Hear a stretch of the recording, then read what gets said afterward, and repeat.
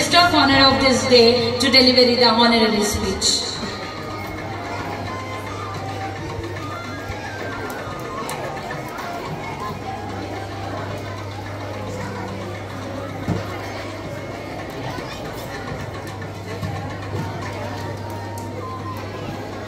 ಎಲ್ರಿಗೂ ನಮಸ್ಕಾರ. ಹೂವು ಹೇಳಿದ್ದು ಸಪ್ಪೆ ಅನ್ಬೇಡ ಉಣ್ಕೊಂಡು ಉಪ್ಪಾಕೊಂತ ನಮ್ಮನ್ನ ಸ್ಮರಿಸ್ಕೊಳ್ತಾರೆ. ಇದನ್ನ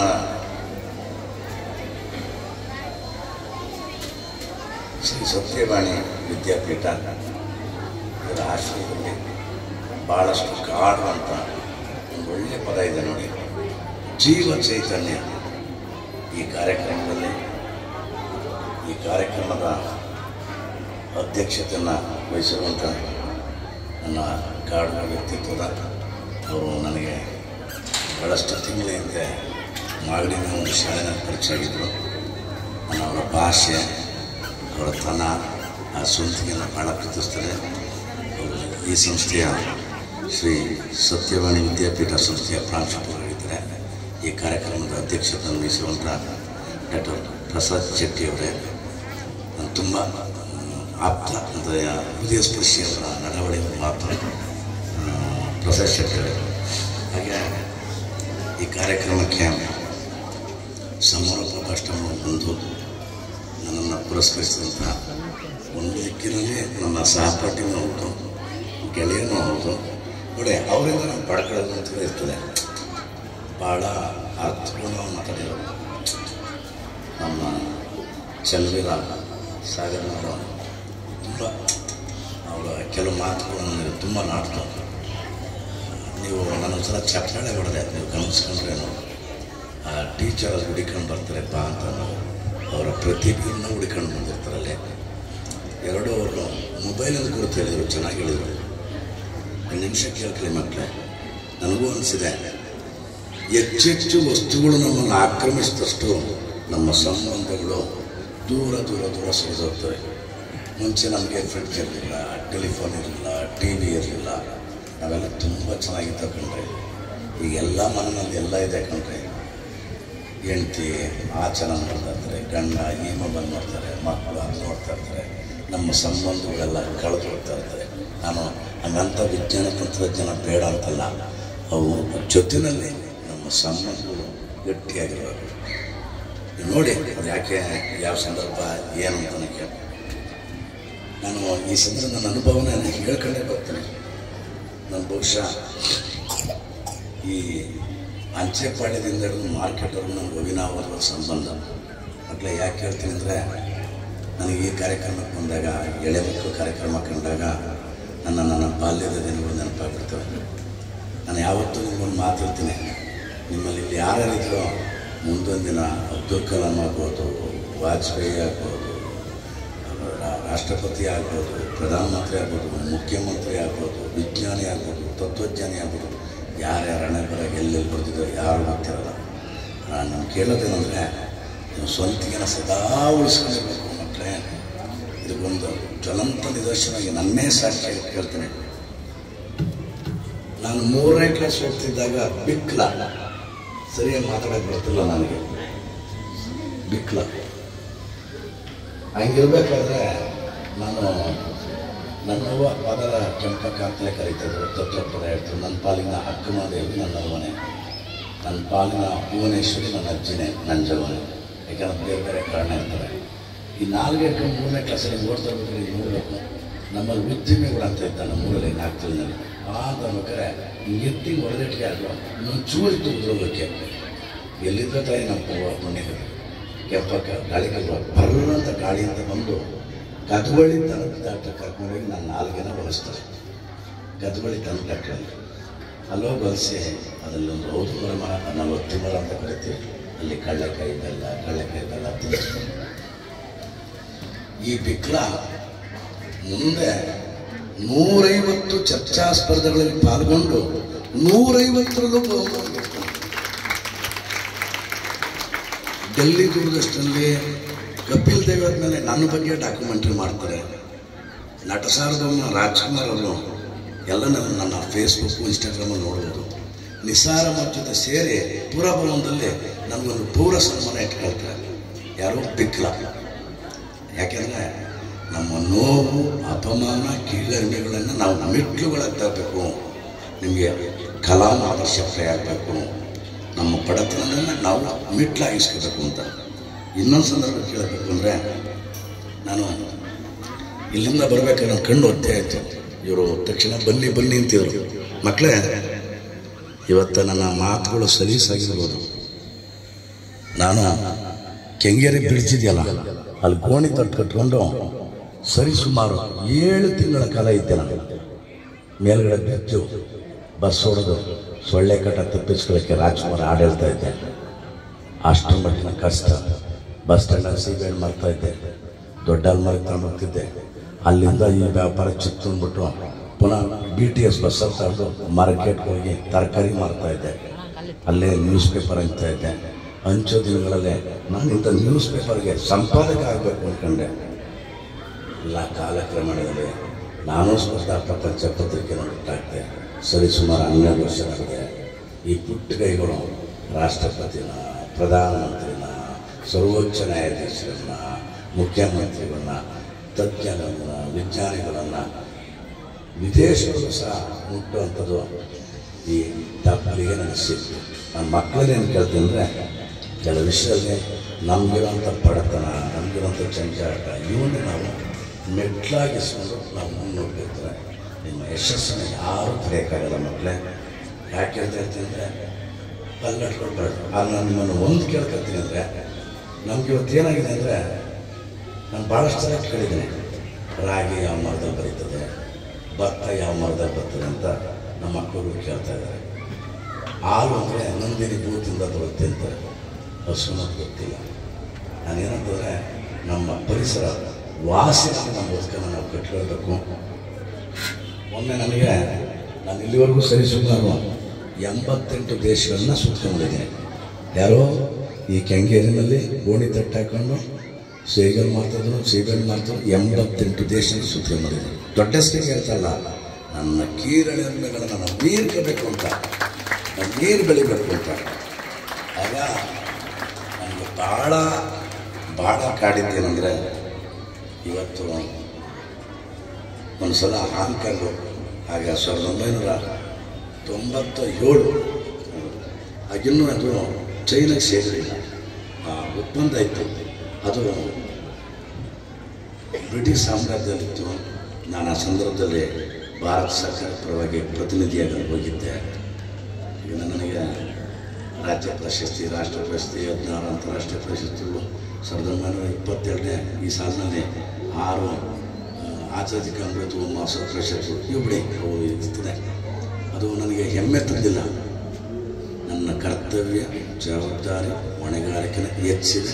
ಈ ಸಮಾಜದ ಕಟ್ಟ ಕಡೆ ಮನುಷ್ಯನಿಗೆ ಯಾವುದಾದ್ರು ಬಗೆಯಲ್ಲಿ ಒಂದು ಗುಟ್ಟಿಗೆ ನೀರು ಕುಡಿಬೇಕು ಅಂತ ಆಗಲೇ ಇವಳು ಶ್ರೀಸನ್ ಮಾಡಿದೆ. ಆ ಕಾರ್ಯಕ್ರಮಕ್ಕೆ ಹೋದಾಗ ನಮ್ಮಲ್ಲಿ ಅರುಣಾಚಲ ಮತ್ತು ತಮಿಳುನಾಡಿಂದ ಬಂದಿದ್ದರು, ರಾಕೇಶ್ ಅಂತ ಡೆಲ್ಲಿಯಿಂದ ಇದ್ದರು, ಇನ್ನೊಬ್ಬರು ರಾಜಶೇಖರ್ ರೆಡ್ಡಿ ಅಂತ ಇದ್ದರು.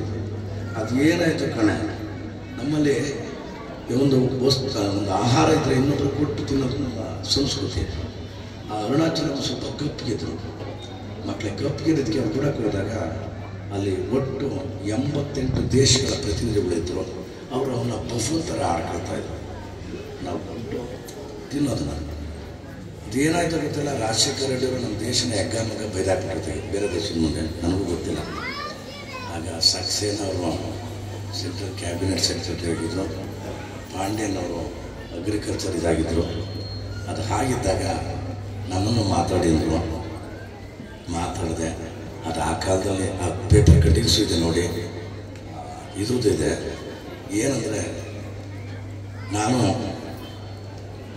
ಈ ದೇಶಕ್ಕೆ ಬಂದಿದ್ದಕ್ಕೆ ಸುತ್ತೆಲ್ಲ ನೋಡಿದೆ. ಒಂದು ಕಾಗೆ, ಒಂದು ಗುಬ್ಬಚ್ಚಿ, ಒಂದು ನಾಯಿ, ಒಂದು ಪ್ರಾಣಿ, ಪಕ್ಷಿ ಏನು ಕಾಣಲಿಲ್ಲ ಈ ಹಾಂಗ್ಕಾಂಗಲ್ಲಿ. ಇದು ನೋಡಿದರೆ ಕ್ರೌನ್ ಆಫ್ ಬ್ರಿಟಿಷು. ಬಹುಶಃ ಪ್ರಾಣಿ ಪಕ್ಷಿಗಳಿಗೆ ನಿಮ್ಮ ಕಂಡ್ರೆ ಭಯ ಇದೆ. ಇದು ಯಾವ ಸಮಯ ಅಭಿವೃದ್ಧಿ ಅಂದರೆ ಒಂದು ಪ್ರಾಣಿ ಪಕ್ಷಿ ನೋಡಿಲ್ಲ. ಆದರೆ ನಮ್ಮ ದೇಶಕ್ಕೆ ಬನ್ನಿ, ಕೊಕ್ಕರೆ ಬೆಳ್ಳೂರಿದೆ, ರಂಗಂತಿಟ್ಟ ಪಕ್ಷಿಧಾಮ ಇದೆ, ಎಂತೆಂಥ ತೊರದೆಗಂಡಲಿಂತ ಒಂದೊಂದಿದೆ, ಎಲ್ಲೆಲ್ಲಿಂದಲೂ ಬರ್ತವೆ. ಆಫ್ರಿಕಾ, ಆಸ್ಟ್ರೇಲಿಯಾ ಇಲ್ಲಿ ಬರ್ತವೆ, ಮೊಟ್ಟೆ ಇಡ್ತವೆ, ಮರಿ ಮಾಡ್ಕೊಂಡು ಹೋಗ್ತವೆ. ಆ ನಿಟ್ಟಿನೊಳಗೆ ಹೋದಾಗ ನನ್ನ ದೇಶದ ಬಗ್ಗೆ ನನಗೆ ತುಂಬ ಹೆಮ್ಮೆ ಆಗ್ತದೆ, ತುಂಬ ಹೆಮ್ಮೆ ಆಗ್ತದೆ. ನಾವು ಪರಿಸರವಾಸಿಗಳು, ನಿಮ್ಮಂತೆ ಪರಿಸರವಾದಿಗಳಲ್ಲ. ನಮ್ಮಲ್ಲಿದೆ ಜಾತಿ ಇದೆ, ಮೌಢ್ಯ ಇದೆ, ಇವೆರಡನ್ನು ಕಳ್ಕೊಂಡ್ರೆ ನಾವೆಲ್ಲೋ ಹೊಂಟೋಗ್ತೀವಿ. ಈ ಪ್ರಕಾರನೂ ಇದೆ. ಇನ್ನು ಅಭಿವೃದ್ಧಿ ಇರ್ಬೋದು, ಹೆದ್ದಾರಿಗಳಿರ್ಬೋದು, ಏನೇ ಇರ್ಬೋದು, ಅವು ಶ್ರೀಮಂತರ ಒಡಲನ್ನು ಹಿಗ್ಗಿಸಬಾರ್ದು, ಹಿಗ್ಗಿಸ್ತಾ ಇಲ್ಲ. ಯಾಕೆಂದರೆ ಇಲ್ಲೇ ನೋಡ್ಕೊಳಕ್ಕೆ ಹೋದಾಗ ಮಕ್ಕಳೇ ತುಂಬ ಭಾವನಾತ್ಮಕವಾಗಿ ಮಾತಾಡ್ತೇನೆ. ನಿಮ್ಗೆ ಅನ್ನಿಸ್ತೇನೆ ಬದುಕಲ್ಲಿ ಭಾಳ ಹೊಸತೋಯ್ತು. ಇದೇ ಅಂಚೆ ಪಾಳ್ಯದಲ್ಲ, ಬಿಡ್ದಿಗೆ ಹೋಗೋದ್ರಲ್ಲೇ ಭಾಳ ಹೊಸತ್ತಾಗಿ ಈ ಜೂನ್ದಿಂದಲೇ ಮುಕ್ತಿ ಹೋಗ್ಬಿಡ್ಬೇಕು ಅಂತ ರೈಲ್ವೆ ಮೇಲೆ ಮನೆಗೆ ಬಿಟ್ಟೆ. 3 ಗಂಟೆ ಆದರೂ ಟ್ರೈನ್ ಬರಲೇ ಇಲ್ಲ, ರೈಲ್ ಬರಲೇ ಇಲ್ಲ. ತತ್ತರಿಕ ಇವತ್ತು ಹೆಂಗಿರು ರಾಜ್ಕುಮಾರ್ ಗುರಿ ಪಿಕ್ಚರ್ ರಿಲೀಸ್ ಆಗಿದೆ, ಅದೊಂದು ನೋಡ್ಬಿಟ್ಟು ನಾಳೆ ಬಂದು ಸಾಯಣ ಅಂತ ಹೋಗಿದೆ. ಗುರಿ ಪಿಕ್ಚರ್ ನೋಡ್ತೀನಿ, ರಾಜ್ಕುಮಾರ್ ಇವರೆಲ್ಲ ಪಡ ಕಷ್ಟ ನೋಡಿ ಇನ್ನೊಂದು ಪಿಕ್ಚರ್ ನೋಡಿ ನಾನೇ ಸಾಯ್ಬೇಕು, ರಾಜ್ಕುಮಾರೇ ಆ ಪಡಿ ಕಷ್ಟಪಡ್ತಾ ಇದ್ದಾರೆ, ನಾನೇ ಸಾಯ್ಬೇಕು ಅಂತ ನಾನು ಪೋಸ್ಟರ್ ಮಾಡಿದೆ. ಇವತ್ತು ಯಾರು ರೈಲ್ವೆ ಇಲಾಖೆನ ಬೈದ್ರೆ ನನಗೆ ಭಾಳ ಸಿಟ್ಟಾಗುತ್ತೆ. ಅದು ತಡವಾಗಿದ್ದಕ್ಕೆ ನಾನು ಉಳ್ಕೊಂಡಿದ್ದೀನಿ. ನಾನು ರೈಲ್ವೆ ಇಲಾಖೆ ಕೃತಜ್ಞ. ಇನ್ನೊಂದ್ಸಲ ತುಂಬ ನನಗೆ ನನ್ನ ದಿವಸಗಳಲ್ಲೇ ಏನು ಮಾಡೋದು ಈ ಅಸಹಾಯಕತೆ ಅಪಮಾನ ಅಂತ ಅಂದ್ಬಿಟ್ಟು ಇಲ್ಲಿ ಭಾಷಣ ತಂದೆ. ಹಾಳಾದ್ದು ಡೂಪ್ಲಿಕೇಟ್ ಮನಾಗಿದ್ದು ವಿಚಾರಣೆ. ನಾನು ಡೂಪ್ಲಿಕೇಟರಿಗೂ ಗೌರವಿಸ್ತೀನಿ, ನನ್ನ ಜೀವ ಉಳಿಸಿಲ್ಲ. ಯಾಕೆ ಹೇಳ್ತೀನಿ ಅಂದರೆ, ಮುಂದೆ ಇದೇ ಕೈಗಳು ಎಷ್ಟೆಷ್ಟು ಪ್ರಕಾರಗಳಲ್ಲಿ ಯಾರನ್ನ ಆತಗಳನ್ನು ಮಾಡ್ಕೊಂಡು ಎಷ್ಟೆಷ್ಟು ಕೊಡ್ತಾರೆ. ನನ್ನ ಸ್ವಮರಕ್ಕೂ ಅಲ್ಲ, ಸ್ವಪ್ರದೇಶಲ್ಲ, ನನ್ನ ಅನುಭವ ಅದು. ನಾನು ಕಟ್ಕೊಂಡಿದ್ದು ಬಹುಶಃ ನಿಮಗೆ ಗೊತ್ತಿರ್ತಾರೆ ಇರ್ಬೋದು. ನನ್ನ ಬದುಕಲ್ಲಿ ಭಾಳಷ್ಟು ಇವತ್ತು ತಾವು ಸಾಲುಮರ ತಿಮ್ಮಕ್ಕನ್ನ ಕೇಳಿದ್ದೀರಿ. ಇದು ಬಹುಶಃ ಅವ್ರಿಗೆ ಚೆನ್ನಾಗಿ ಗೊತ್ತಿರ್ತದೆ, ಯಾಕೆಂದರೆ 98 ಜನ. ನಾನು ನೆಗಳೂರು, ನಾನು ಸ್ಪರ್ಧಾ ಪ್ರಪಂಚ ಪತ್ರಿಕೆ ಮಾಡ್ತಿದ್ದ. ಓದ್ತಾರೋ ಹುಳಿಕಲ್ಲಲ್ಲಿ ಮಾಗಡಿಗೆ ಹೋಗ್ಬೇಕು ಅಂತ ರಸ್ತಲ್ಲೇ ಗಾಡಿ ಕೆಟ್ಟೋಯ್ತು. ಇದು ಯಾವುದಿದು ಸರಿ ಅಂತ ಏನಿದು ಇಷ್ಟೊಂದು ಮರಗಳಿದೆಯಲ್ಲ, ಏನಿದು ಇದು ಯಾರು ಇದು ಮಾಡಿದ್ದು ಅಂದಾಗ ನಾನು ನಿರ್ಜಯಿಸಬೇಕಿರ್ಬೇಕಂದ್ರೆ ನೆಗಳೂರು ಅಲ್ಲಿದ್ದವನು ಯಾರಾಯ್ತಾನೆ, ಇಲ್ಲ ಸರ್ ಅದು ತಿಕ್ಲಿ ತಿಮ್ಮಕ್ಕ ಮಾಡಿದ್ದು ಅಂದರು. ಆ ತಿಕ್ಕಳಿನ ಒಂದು ಪದ ನನಗೆ ನಾಡ್ತಿಟ್ಟಿಗೆ ಓದೆ ಹುಡುಕೊಂಡು ಗುಡಿಸ್ದಲ್ಲಿತ್ತು ಪುಣ್ಯಾತ್ಕಿತ್ತೆ. ಅವ್ರು ಹೋದಾಗ ಊರಲ್ಲಿ ಗೋಗಂಜಲ ನಡೆಸ್ತಾಯಿದ್ರು. ನನ್ನ ಕಣ್ಣಾರೆ ಕಂಡಿದ್ದು. ಭಾಳ ಕಾಡ್ದಟ್ಟಿಗೆ ಪುಣ್ಯಾತ್ಮ ಮಲ್ನಾಡ ಗಾಂಧಿ ಅಪ್ಪಟ ನಡೆಶುದ್ಧ ನುಡಿಶುದ್ಧ ಮನಶುದ್ಧವಾಗಿದ್ದ ಒಬ್ಬ ಧೀಮಂತ ವ್ಯಕ್ತಿತ್ವ ರಾಜಕಾರಣ ಕಂಡಿದ್ದು HD ಗೋವಿಂದೇಗೌಡರು. ಅಷ್ಟು ಪ್ರಪಂಚ ಅವ್ರಿಗೆಲ್ಲ ಗೊತ್ತಿರ್ತದೆ. ಒಂದೇ ಒಂದು ನಯ ಪೈಸೆ ಹಚ್ಚುತ್ತಿಲ್ಲ ರಾಜಕಾರಣದಲ್ಲಿ.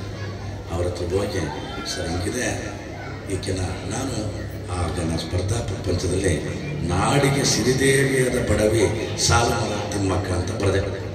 ಒಂದು ಮುಖಬಿಟ್ಟಕ್ಕೆ ಹಾಕಿ ನಾಡಿಗೆ ಅದು ಮಾಡಿದ್ಮೇಲೆ ನಾನು ಇದೇ ಇದರಲ್ಲೇ ಗೋವಿಂದೇಗೌಡರು ಕ್ಯಾಬಿನೆಟ್ ಸೆಕ್ರೆಟರಿ ಮಿನಿಸ್ಟರ್ ಆಗಿದ್ದರು. ಅವ್ರು ಕರ್ಕೊಂಡು ಸಾಲುಮರ ತಿಮ್ಮಕ್ಕನ ಗುಡಿಸ್ಲಿಕ್ಕೆ ಹೋದೆ. ಗುಡಿಸ್ಲಿಕ್ಕೊಂಡಾದ್ರೆ ಅದು ಸುದ್ದಿ ಆಯಿತು. ನಂತರ ದಿನಗಳಲ್ಲಿ ನಾ ಕಂಡಂಥ ಇನ್ನೊಬ್ಬ ಅಪರೂಪದ ಸಾಹಿತ್ಯಾಭಿಶ್ರೀ ಸಚಿವ ಸಂತ ಮನಸ್ಸಿನ ರಾಜಕಾರಣಿ ಕಾಂಗ್ರೆಸ್ ಪಕ್ಷದಲ್ಲಿದ್ದರು. ಅವರೊಬ್ಬರೇ ನಾನು ಕಂಡಿದ್ದು KH ರಂಗನಾಥ್ ಅವರು. ಅಪ್ಪಟ ಪ್ರಾಮಾಣಿಕ ವ್ಯಕ್ತಿತ್ವ. ಅವರು ಅಸ್ಪೃಶ್ಯರಾಗಿಯೂ ಸಹ ಜನರಲ್ ಕಾನ್ಸ್ಟಿಟ್ಯೂನ್ಸಿಯಲ್ಲಿ MP ನಿಂತು ಚಿತ್ರದುರ್ಗದಲ್ಲಿ ಗೆಲ್ತಾರೆ. ಸ್ವಂತ ಅವ್ರ ಮಾವ ಕೆಂಚಪ್ಪನವರು ಇವ್ರ ಪರ ಬೇಲ್ಗೌಡರು ಇವ್ರಿಗೆ ಆಪೋಸಿಟ್ ಆಗಿ ಗೆದ್ದು ಬರ್ತಾರೆ. ಅಂದರೆ ಅಷ್ಟು ಧೀಮಂತ ವ್ಯಕ್ತಿತ್ವ KH ರಂಗನಾಥರು. ಅವರು ಸಹ ಅಲ್ಲಿ ತಿಮ್ಮಕ್ಕನ ಜೊತೆಗೆ ಅವಾಗ ಅರಣ್ಯ ಪರಿಸರ ಜೊತೆ ಆ ಗೋವಿಂದೇಗೌಡರು 84, 85ರಲ್ಲಿ ಒಂದು ತೆಗೆದಾಡ್ತಾರೆ. ಅದು ಬಹುಶಃ ನಿಮಗೆಲ್ಲ ಸಿಗ್ತದೆ. ಯಾಕೆಂದರೆ ನಮ್ಮ ಚನ್ನವೀರವ್ರಿಗೆ ಒಂದು ಗೊತ್ತು, ಇದೇ ಪುರಭವನದಲ್ಲಿ ಸಾಲುಮರ ತಿಮ್ಮಕ್ಕನ್ನ ಗೋವಿಂದೇಗೌಡರು ಸನ್ಮಾನಿಸಬೇಕು. C. ಅಶ್ವತ್ಥರ್ಕಲ್ಲಿ ನಾಡಿಗೆ ಸಿರಿದೇವಿ ಅಂತ ಬಡವಿ ಅಂತ ಒಂದು ಹಾಡು ಹೇಳಿಸಿ ಒಂದು ಸನ್ಮಾನ ಮಾಡಿ ನನ್ನೊಂದು ನಕ್ಕಿರಾಜ ಜ್ಞಾಪಕ ಮಾಡಿರೋದು ಆಯ್ತದೆ. ಚಿತ್ರ ಏನಾರು ಆಯಿತು, ಬಟ್ ಹಾಡು ಉಳ್ಕೊತು ತಿಮ್ಮಕ್ಕ. ಆಮೇಲೆ ಇದೇನಂತಂದರೆ ಈ ಥರ ಬೇರೆ ಬೇರೆ ಸ್ಥಳಗಳಲ್ಲಿ ನನ್ನನ್ನು ಸಾವಿರಾರು ಜನ ಹತ್ಕೊಂಡಿದ್ದಾರೆ. ನಾನು ತುಂಬ ಎರಿತುಂಬಿ ಅವ್ರನ್ನ ಕೃತಜ್ಞತೆಯನ್ನು ಸ್ಮರಿಸ್ತೇನೆ. ಯಾಕೆಂದರೆ ರಾಗಿ ಭತ್ತ ಹುಟ್ಟುತ್ತಾ ಬೆಳೆಯುತ್ತಾ ಆಗಸವನ್ನೇ ದಿಟ್ಟಿಸುತ್ತವೆ, ಫಲದ ಒನ್ನ ಕಿರೀಟ ಮೈದುಂಬಿಕೊಂಡಾಗ ನೆಲದತ್ತ ತಲೆಬಾಗಿವೆ. ಆ ಗಿಡ ಮರವಂಥ ಒಂದು ಕೃತಜ್ಞತೆನ ನಾವು ನೀವೆಲ್ಲ ಅಳವಡಿಸ್ಕೊಳ್ಳೋಣ. ಯಾಕೆ ಒಂದೊಂದು ಇದರಲ್ಲಿ ಹೇಳ್ತೀನಿ ಅಂದರೆ, ಮಕ್ಕಳೇ ನಾನು ಏನು ಹೇಳ್ತೀನಿ ಅಂದರೆ, ಅವರು ಸಂದರ್ಭದಲ್ಲಿ ಹೇಳಿದ್ರು ಭಾಳಷ್ಟು ಇದಕ್ಕೆ ನಾವು ಯಾವ್ಯಾವ ಪ್ರಕಾರ ಸ್ಪಂದಿಸಬೇಕು ಅಂತ. ಏಕೆಂದರೆ ನಮ್ಮ ಸಂಬಂಧಗಳು ಗಟ್ಟಿಯಾಗಿರಬೇಕು.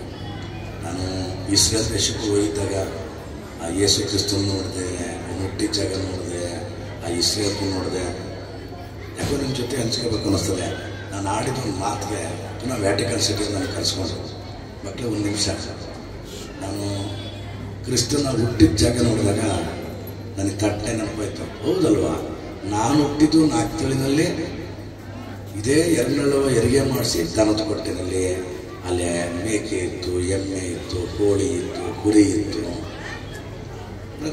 ಇದೇನೋ ನನಗೆ ಅಂತ ಅನ್ನಿಸ್ತು.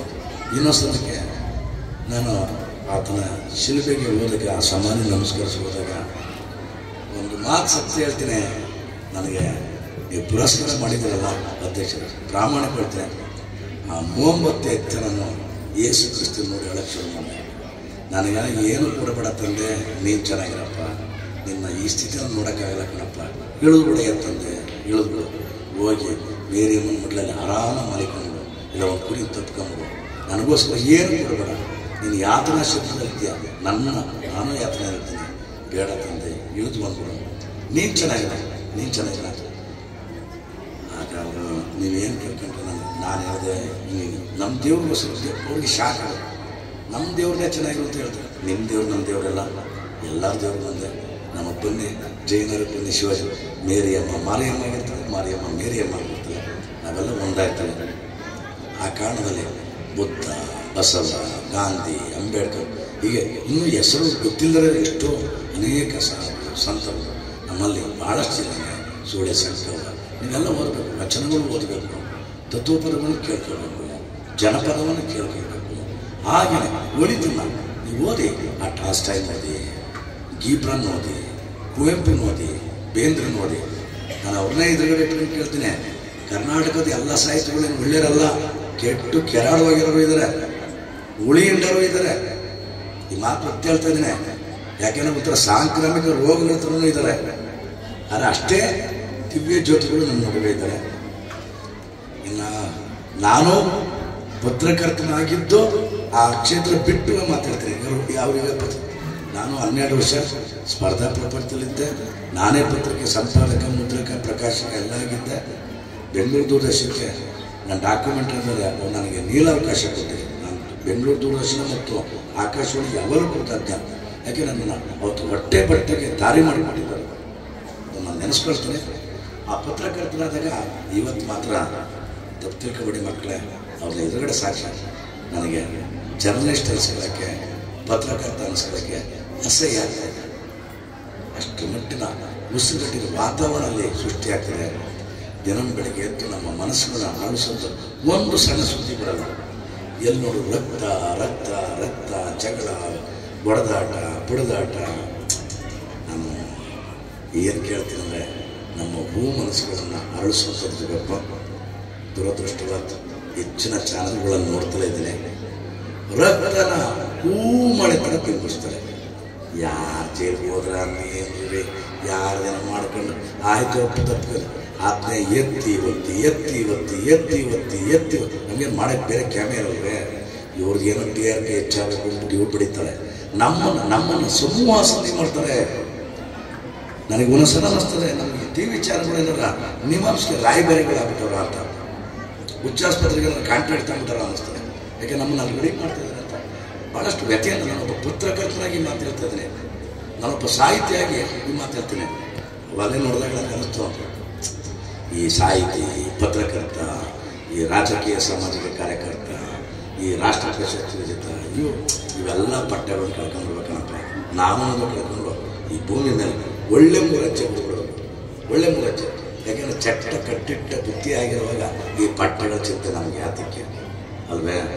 ಈಗ ನಾವು ಒಂದೊಂದು ಹೇಳ್ಕೊಳಕ್ಕೆ ಹೋದರೆ ಆದ್ಮೇಲೆ ಯಾಕೆಂದರೆ ನಾನು ಸ್ಪರ್ಧಾ ಪ್ರಪಂಚ ಪತ್ರಿಕೆ ಶುರು ಮಾಡ್ತಿದ್ದಾಗ ಪೂಜ್ಯ ಶ್ರೀ ವೀರೇಂದ್ರ ಹೆಗ್ಗಡೆಯವರು ನನಗೆ 10,000 ರೂಪಾಯಿ ಸಹಾಯಧನವನ್ನು ಒದಗಿಸಿಕೊಟ್ಟಿದ್ರು.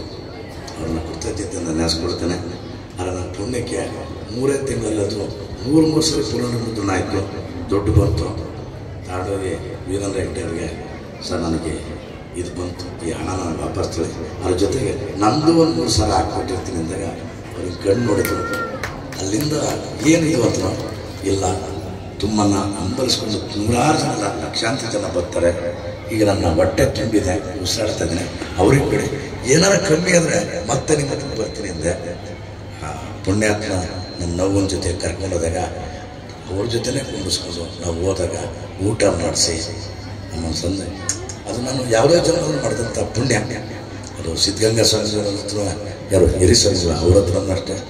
ಆ ನಿಟ್ಟಿನಲ್ಲಿ ನಾನು ಯಾವುದೇ ಮಠಮಾನ್ಯಗಳ ಜೊತೆ ಸಂಪರ್ಕ ಇಟ್ಕೊಂಡ್ರೆ ನಾನು ಅದನ್ನು ಜಾತಿ ದೃಷ್ಟಿಯಲ್ಲಿ ಇಟ್ಕೊಂಡಿಲ್ಲ.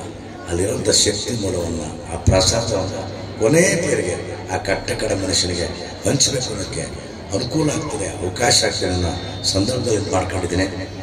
ಈ ಒಂದಾದಾಗ ನನ್ನ ಯೂಟ್ಯೂಬ್ ಚಾನಲ್ ಇದೆ, ನಾಗತಿಹಳ್ಳಿ ರಮೇಶ್ ಅಂತ, ನೋಡಿ ಅಲ್ಲಿ ನಮ್ಮ ಹಾಡು ಪಾಡು ನಮ್ಮ ಕತೆ ವ್ಯತೆ ಎಲ್ಲಲ್ಲಿ ಸಿಗ್ತವೆ. ಹಾಗೆ ನಮ್ಮದು ಫೇಸ್ಬುಕ್ ಅಕೌಂಟಲ್ಲೂ ಇದೆ, ನಾಗತಿಹಳ್ಳಿ ರಮೇಶ್ ಅಂತ ನೋಡಿ. ಇಲ್ಲಿ ಯಾವ್ದು ನಾನು ದೊಡ್ಡವನು ಅಂತ ಹೇಳ್ತಲ್ಲ, ಒಂದಿನಾದ್ರೆ ಈ ಅಧ್ಯಕ್ಷತೆ ಹೇಳಿದ್ರೆ 1 ನಿಮಿಷ ಅನುಮತಿ ಮಾತಾಡ್ಬೋದು. ಮಕ್ಕಳಲ್ಲಿ ಕೇಳ್ಕಡೆ ಐನ್ಸ್ಟೀನ್ ಅಂತ ನೀವು ಕೇಳಿದ್ರಲ್ವೇ, ಜಗತ್ವಿಖ್ಯಾತ ವಿಜ್ಞಾನಿ. ಯಾಕೆ ಅವರೆಲ್ಲ ನಮ್ಗೆ ಆದರ್ಶ ಆಗ್ತಾರೆ ಅಂದರೆ, ಅವ್ರ ಮನೇಲಿ ಒಂದು ಬೆಕ್ಕಿರುತ್ತೆ, 6 ಮರಿ ಹಾಕ್ಬಿಡ್ತಾರೆ.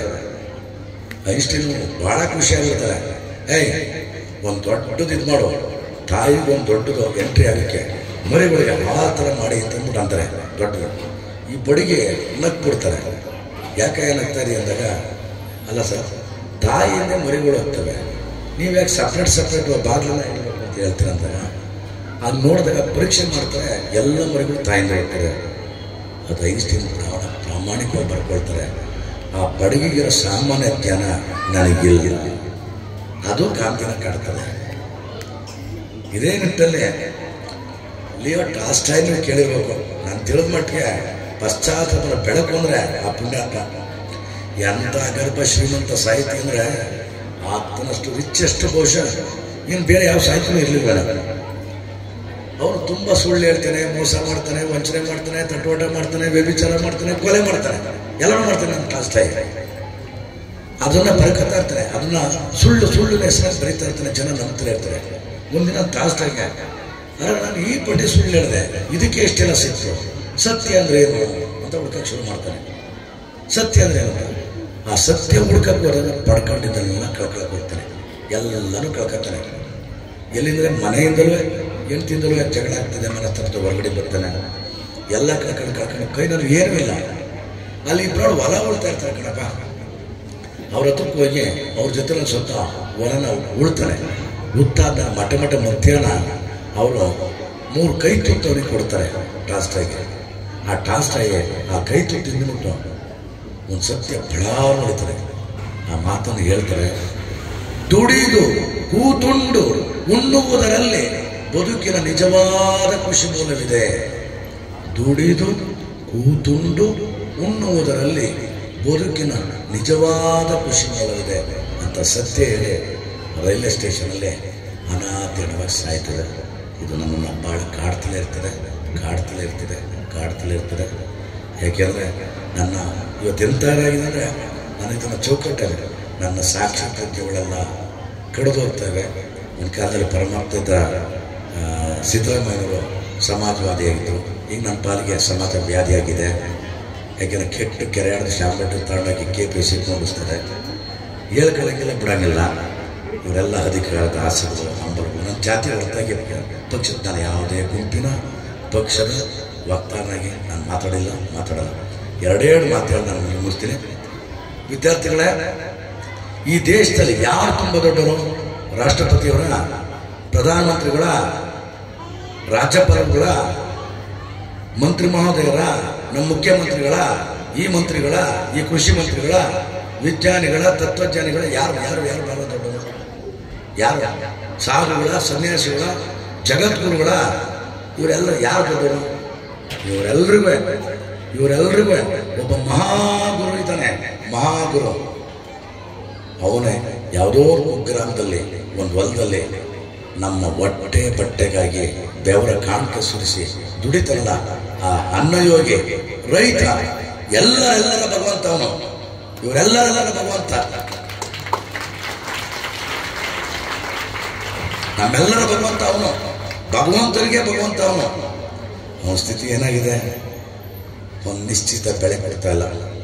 ಅವನು ಬೆಳೆದ ಬೆಳೆಗೆ ನಿಶ್ಚಿತ ಬೆಲೆ ಕೊಡ್ತಲ್ಲ. ಅದು ಈ ಸರ್ಕಾರ ಇರ್ಬೋದು, ಕೇಂದ್ರ ಸರ್ಕಾರ ಇರ್ಬೋದು, ಬೇರೆ ಬೇರೆ ವಿಷಯದಲ್ಲಿರಲಿ, ಒಬ್ಬ ರೈತ ಬೆಳೆದ ಬೆಲೆಗೆ ನಿಶ್ಚಿತ ಬೆಲೆ ಕೊಡಿ, ಆಗ ಭಾರತ ಪ್ರಕಾಶಿಸುತ್ತದೆ. ಆತ್ಮಹತ್ಯೆ ಹಾದಿ ಹಿಡಿತಾ ಇದ್ದಾನೆ, ನೇಣೆ ಕಾಯ್ತಾ ಇದ್ದಾನೆ, ನಿಟ್ಟುಸಿರ ಸಾಯ್ತಾ ಇದ್ದಾನೆ. ನಿಮ್ಮೆಲ್ಲರ ಗಮನ, ಈ ಶಿಕ್ಷಕರು, ಈ ಮಕ್ಕಳ ಗಮನ ಆ ಅನ್ನದಾತ ರೈತ ಅಂತ ಹೋಗ್ಲಿ. ಇನ್ನೊಂದು, ನಮ್ಮ ಬದುಕಿನ ತೊಳೆಯಂತ ದೈವಗಳಿವೆ.